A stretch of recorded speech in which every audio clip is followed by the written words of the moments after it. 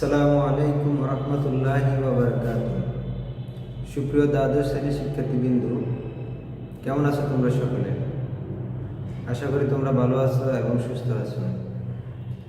আজকে আমি তোমাদেরকে আবার স্বাগত জানাচ্ছি অনলাইন ইসলাম শিক্ষা ক্লাসে।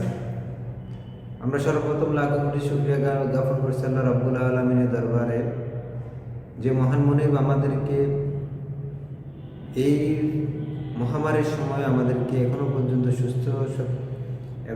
সুস্থ রেখে আমাদের শিক্ষার কার্যক্রম যথাসম্ভবভাবে পরিচালনা করার তৌফিক দান করেছেন। এজন্য আল্লাহ রাব্বুল আলামিনের দরবারে শুকরিয়া।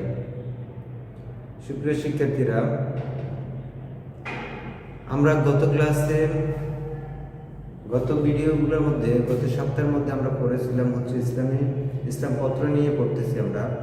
সেখানে আমরা ইসলামী অর্থ ব্যবস্থার যে আলোচনা করেছি সেগুলোর মধ্যে থেকে রয়েছে বিশ্বে প্রচলিত যে ইসলামী ব্যবস্থাগুলো রয়েছে, যে অর্থ ব্যবস্থাগুলো রয়েছে, সেই অর্থ ব্যবস্থার পরিচয় জেনেছি, বৈশিষ্ট্য জেনেছি এবং ইসলামী অর্থ ব্যবস্থার সাথে প্রচলিত অর্থ ব্যবস্থার তুলনা আমরা জেনেছি।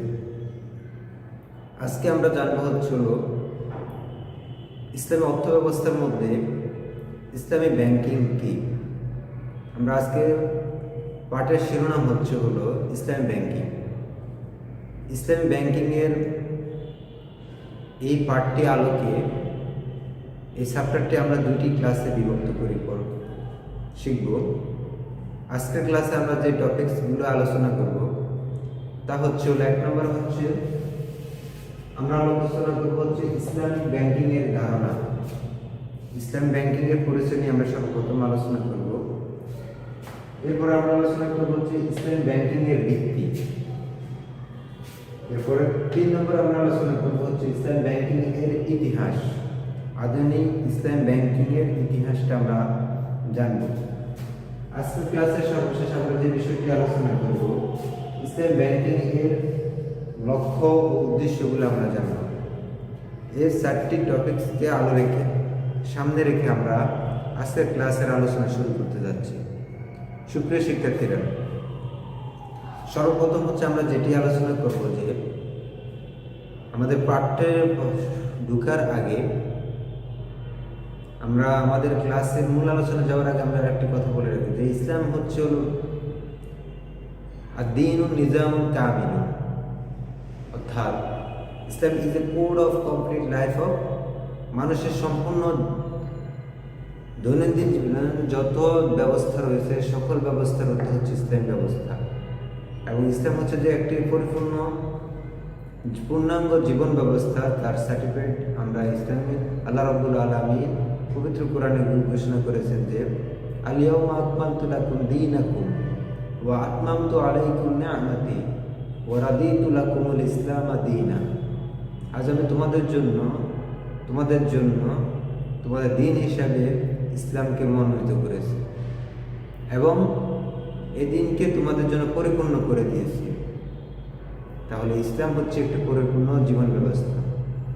এখানে মানুষের সামাজিক কর্মকাণ্ড থেকে শুরু করে তার ব্যক্তি জীবন থেকে শুরু করে সামাজিক, রাষ্ট্রীয়, আন্তর্জাতিক এবং টোটালি একজন মানুষের সামগ্রিক জীবন নিয়ে আলোচনা করা হয়েছে। সুপ্রিয় শিক্ষার্থীরা, তাই আমাদের ইসলামিক ব্যাংকিং খাতেও ইসলামী যে একটা ব্যাংকিং রয়েছে সে বিষয়ে আমরা আজকে আলোচনা করব। সর্বপ্রথম ইসলামিক ব্যাংকিং এর ধারণা বা ইসলামিক ব্যাংকিং এর পরিচয়। ইসলামিক ব্যাংকিং এর পরিচয় আমরা কি, যে আর্থিক প্রতিষ্ঠান সুদ ও হারাম কারবার পরিহার করে শরিয়ার সম্মত হালাল পন্থায়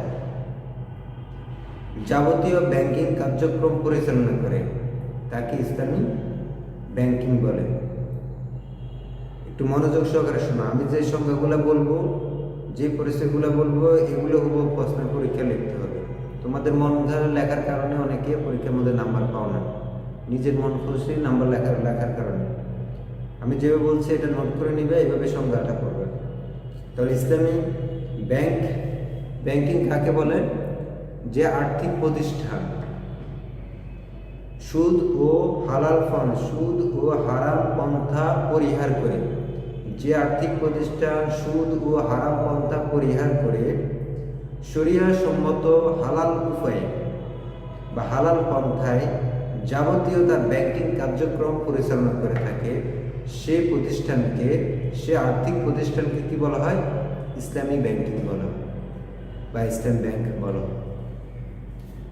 এছাড়াও এ আলোকে আরও বিভিন্ন দার্শনিক বা বিভিন্ন প্রতিষ্ঠান এর সংজ্ঞা বিভিন্নভাবে সংজ্ঞায়িত করেছেন, তা তোমরা তোমাদের পাঠ্য বই থেকে দেখে নিবে। তবে আমি যে সংজ্ঞাটি বলেছি এটা অবশ্যই করবে। এরপরে হচ্ছে হলো আমরা দ্বিতীয় পয়েন্ট আলোচনা করব হচ্ছে হলো ইসলাম ব্যাংকিংয়ের ভিত্তি। ইসলাম ব্যাংকিং কোন ভিত্তিতে পরিচালিত হবে?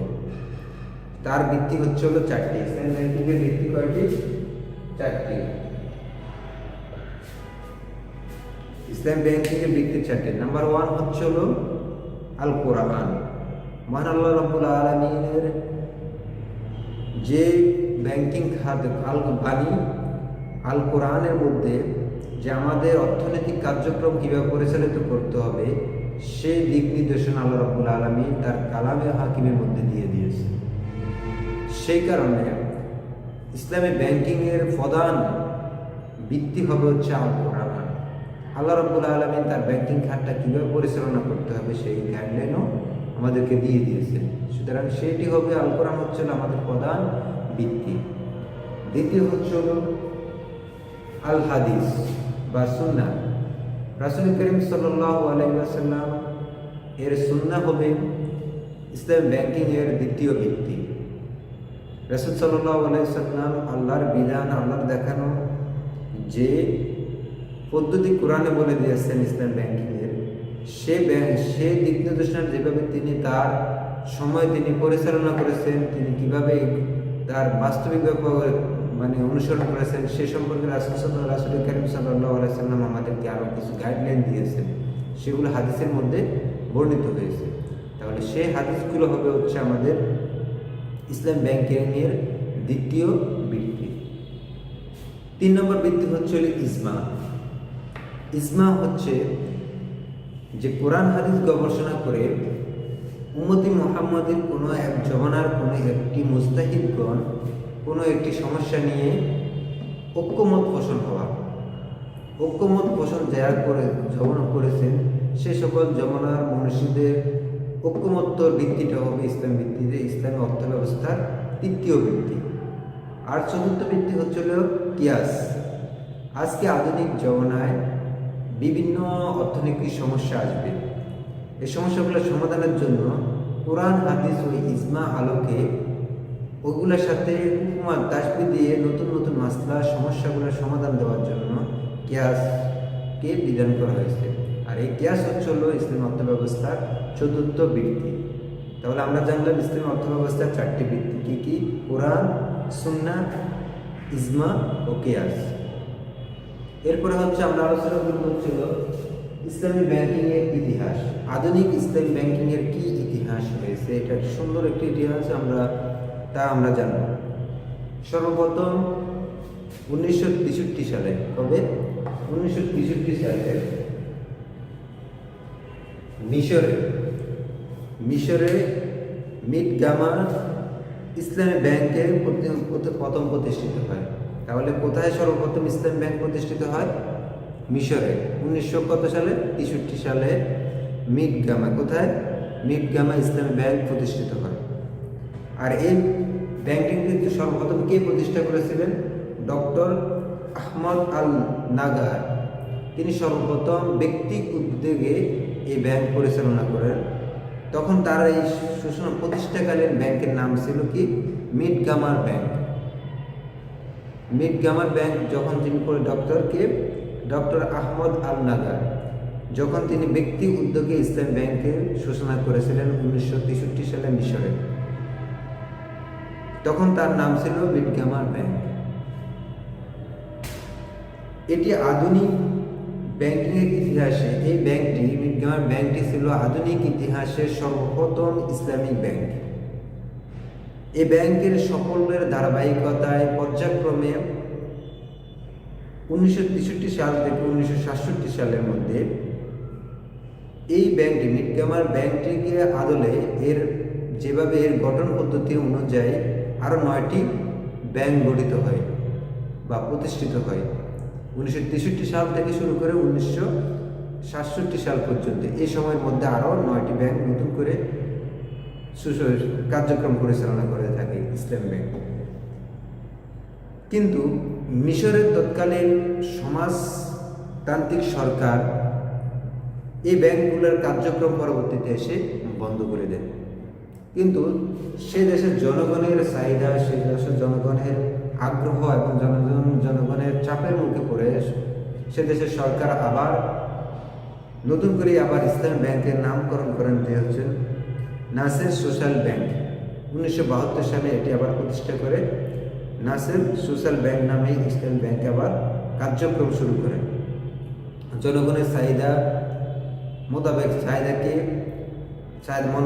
জনগণের তার দেশের জনগণের আগ্রহের ভিত্তি করে তারা এই ব্যাংকিং আবার যাত্রা শুরু করে, অর্থাৎ সরকার আবার পুনরায় এটিকে চালু করার জন্য বাধ্য হয়েছিল।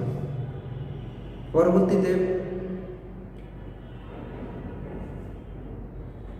1973 সালে আসে জেদ্দা ইসলামিক দেশগুলোর পররাষ্ট্র মন্ত্রীদের বৈঠক শুরু হয়। কত সালে? 1975 সালে। তবে 1973 সালে 1973 আসে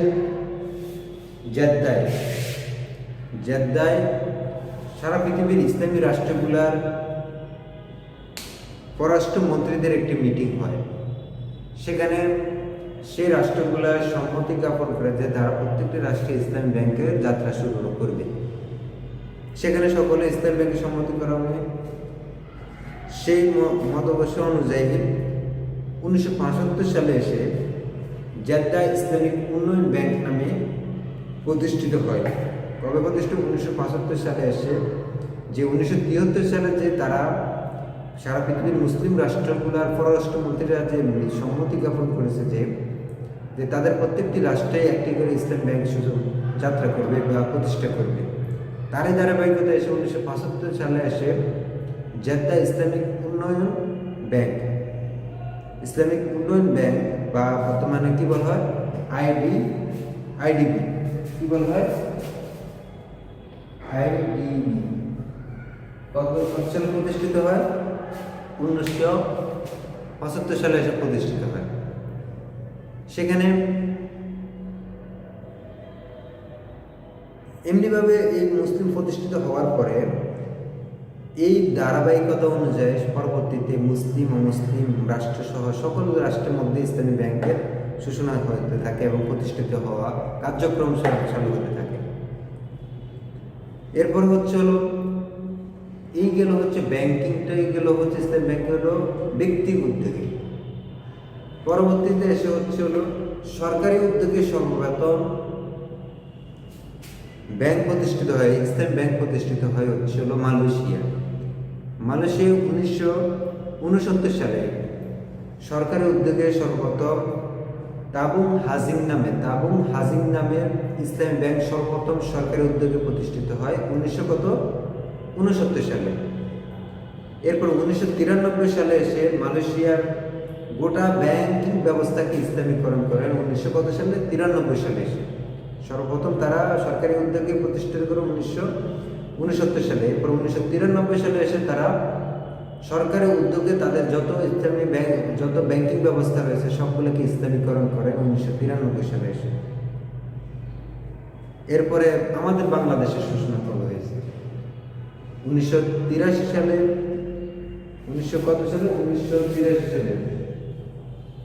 1983 সালে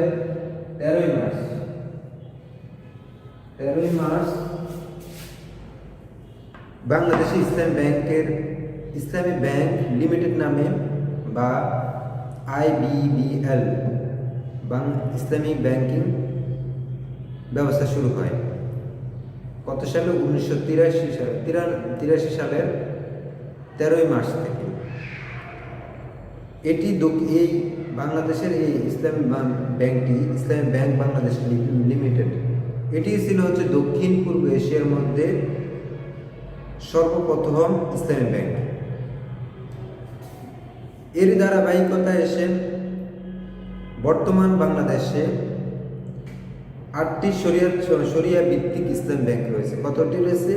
বর্তমানে শরিয়া ভিত্তিক 8টি ইসলামী ব্যাংক রয়েছে, এবং তাছাড়াও অন্যান্য ব্যাংকের মধ্যেও রয়েছে তোমার ইসলামী ব্যাংকের কার্যক্রম চালু হচ্ছে, এবং মোটামুটি এখন অন্যান্য ব্যাংকিং খাতগুলো তারা ইসলামী ব্যাংকের ব্যবস্থা চালু করতেছে। জনগণের বাংলাদেশি মুসলিম মানুষ জনতার চাহিদা আলোকে তারা প্রত্যেকটি ব্যাংকে এখন ইসলামিক ব্যাংকের কার্যক্রম চালু করতেছে। তো এটি হলো ইসলাম ব্যাংকের, আমরা আধুনিক ইসলাম ব্যাংকের ইতিহাস জানলাম, কিভাবে আমাদের বাংলাদেশে কবে ইসলাম ব্যাংকের সূচনা হয়েছে তার আমরা একটি ছোট সংক্ষেপে একটি ইতিহাস জানলাম। এরপরে আমরা জানবো ইসলাম ব্যাংকিংয়ের লক্ষ্য উদ্দেশ্য। ইসলাম ব্যাংকের কী লক্ষ্য উদ্দেশ্যকে সামনে রেখে তাদের কার্যক্রম শুরু করেছে। ইসলাম ব্যাংকিংয়ের লক্ষ্য উদ্দেশ্যের মধ্যে সর্বপ্রথম যে লক্ষ্য উদ্দেশ্যের সামনে রেখে তারা কাজ করেছে, 1 নম্বর সুদের সর্বনাশা কুফল থেকে মানুষের আর্থিক জীবনকে মুক্ত করা।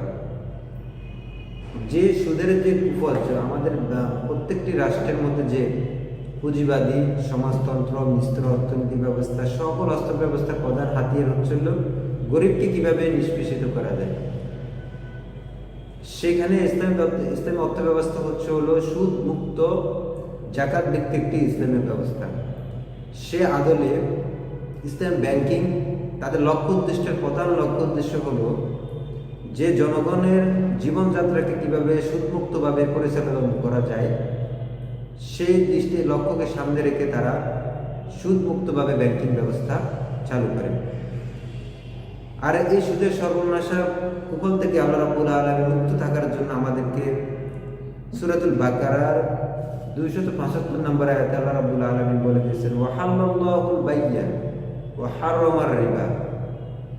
তোমাদের জন্য আমি আল্লাহ রাব্বুল আলামিন ব্যবসাকে হালাল করেছি, ওয়া হারামার রিবা, এবং তোমাদের জন্য সুদকে হারাম করেছি। এরপরে কি করেছে? ফামান জাআহু মাউইযাতুম মির রাব্বি ওয়া আনতাহা ফালাহু মা সাফালা ওয়া আমরু ইলাল্লাহ। এরপর আল্লাহ রাব্বুল আলামিন কি বলেছে? যার নিকট তার প্রতিপালকের উপদেশ এসেছে, অতঃপর যে বিরত হয়েছে তার অতীতের কার্যক্রম এবং তার পিছনে যত কাজ গুনার কাজগুলো আছে সেগুলো থেকে আল্লাহ রাব্বুল আলামিন মুক্ত করে দেবে। এখানে আমরা ইসলামী ব্যাংকিংয়ের যে সুদ মুক্ত হবে তার প্রধান ভিত্তি, আমরা কোরআন সুদ মুক্ত হতে হবে, তার প্রধান ভিত্তি কোরআন। এই কোরআনের নির্দেশকে আলোকে এই ইসলামী অর্থ ব্যবস্থার যে প্রথম লক্ষ্য উদ্দেশ্য তা সুদমুক্ত অর্থ ব্যবস্থা, যেটা ইসলামী অর্থ ব্যবস্থার প্রধান উৎস, প্রধান ভিত্তি কোরআন থেকে, কোরআনের নির্দেশ আলোকে নেওয়া হয়েছে। এরপরে দ্বিতীয় লক্ষ্য উদ্দেশ্য অর্থনৈতিক ও বাণিজ্যিক ক্ষেত্রে আল্লাহর বিধান কায়েম এবং এক্ষেত্রে বিরাজমান সকল হারাম পথ ও পদ্ধতি থেকে মানবতাকে মুক্ত করা। অর্থাৎ আমাদের যে অর্থনৈতিক কার্যক্রমগুলো রয়েছে, আমি মুসলিম আমি মুসলিম সুদ খেতে চাই না বা সুদের সাথে সম্পর্কিত হতে চাই না। আল্লাহ রাসূল সাল্লাল্লাহু আলাইহি সাল্লাম লাআনত বা অভিশাপ দিয়ে গেছেন যে 4 শ্রেণীর ব্যক্তির উপর লানত। যে সুদখোর, যে সুদদাতা, সুদ গ্রহীতা, সুদের কাতেল লেখে, সুদের যে সাক্ষী হয় এবং যে সুদের লেখে, দলিল লেখে, কার্য তাদের মধ্যে চুক্তিটা লেখে, এই 4 শ্রেণীর ব্যক্তির উপর লানত দিয়েছেন আল্লাহ রাসূল সাল্লাল্লাহু আলাইহি ওয়াসাল্লাম। তো সেখান থেকে যে মানুষে আমরা চাই যে অর্থনৈতিকভাবে আমরা সুদমুক্তভাবে থাকতে, কিন্তু আমাদের যে সমাজ ব্যবস্থা রয়েছে এই সমাজ ব্যবস্থার মধ্যে যে ব্যাংকিং কার্যক্রম রয়েছে সেগুলো সুদমুক্ত না। এই সুদমুক্ত করার জন্য আমাদের দৈনন্দিন জীবনকে বিশুদ্ধ রাখার জন্য তখন এই লক্ষ্য উদ্দেশ্যকে সামনে রেখে ইসলামী অর্থ ব্যাংক তাদের কার্যক্রম শুরু করে যে মানুষের দৈনন্দিন জীবনকে কিভাবে সুদ থেকে মুক্ত রাখা যায়। তো এটি হচ্ছে দ্বিতীয় উদ্দেশ্য। তৃতীয় হচ্ছে হলো ঋণদাতা ও ঋণ গ্রহীতার সম্পর্কে পরিবর্তে অংশীদারিত্বের ভিত্তিতে ব্যাংকিং প্রতিষ্ঠা করা। ঋণদাতা এবং ঋণ গ্রহীতার সম্পর্কে পরিবর্তে বরঞ্চ এই ব্যাংকিং খাতটি সকলের অংশীদারিত্বের ভিত্তিতে প্রতিষ্ঠিত হবে। এই লক্ষ্য উদ্দেশ্যকে সামনে রেখে ইসলামী ব্যাংক প্রতিষ্ঠিত হয়।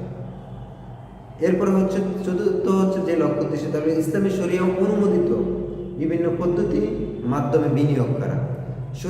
ইসলামী শরীয়ত যে বিষয়গুলোর মধ্যে বিনিয়োগ করার জন্য অনুমতি দেয় সেই সকল লক্ষ্য উদ্দেশ্যের মধ্যে বিনিয়োগ করার লক্ষ্যমাত্রাকে সামনে রেখে তারা কার্যক্রম শুরু করে।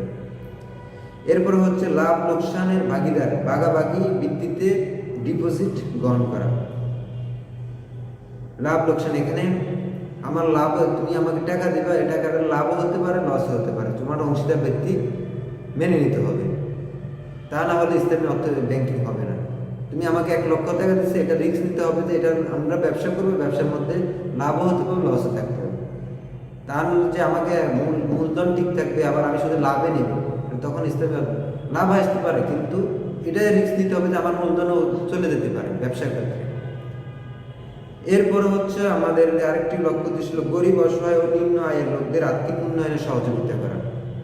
হ্যাঁ, ইসলামী ইসলাম ব্যাংকিং কার্যক্রম পরিচালনা করার ক্ষেত্রে সেই দেশের সরকারি ব্যাংকগুলোর মধ্যে দিয়ে তাদের অর্থনৈতিক কার্যক্রম পরিচালনা করতে হয়। সেখান থেকে যদি কিছু সুদের কার্যক্রম চলে আসে, সেই অর্থ ব্যবস্থাকে তারা কি করে, তারা এই গরিব মিসকিন অসহায়দের মধ্যে এই অর্থ ব্যবস্থাটা দিয়ে দেয়। এটা অনিচ্ছাকৃতভাবে তাদের গ্রাহকদেরকে দেওয়া হয় না। সার্বিকভাবে মানব সম্পদ উন্নয়নের জন্য ইসলাম ব্যবস্থা তাদের কার্যক্রম শুরু করে, এই লক্ষ্য উদ্দেশ্যকে সামনে রেখে কার্যক্রম পরিচালনা করে। টোটালি আরও বিস্তারিত তোমরা তোমাদের পাঠ্য বই থেকে দেখে নেবে। তো আমরা আজকে ক্লাসে যে বিষয়গুলো আলোচনা করেছি তা মনোযোগ সহকারে পড়বে। আগামী ক্লাসে আমরা আলোচনা করবো হচ্ছে ইসলামী ব্যাংকিংয়ের কার্যাবলী এবং ইসলামী শরীয়তের দৃষ্টিতে সুদ ভিত্তিক ব্যাংকে ডিপোজিট করার হুকুম কী, সে বিষয়টাই আমরা নিয়ে আগামী ক্লাসে আলোচনা করব। সে পর্যন্ত তোমরা ভালো থাকো, সুস্থ থাকো। আল্লাহ হাফেজ। আসসালামু আলাইকুম রহমতুল্লাহি ওয়া বারাকাতুহু।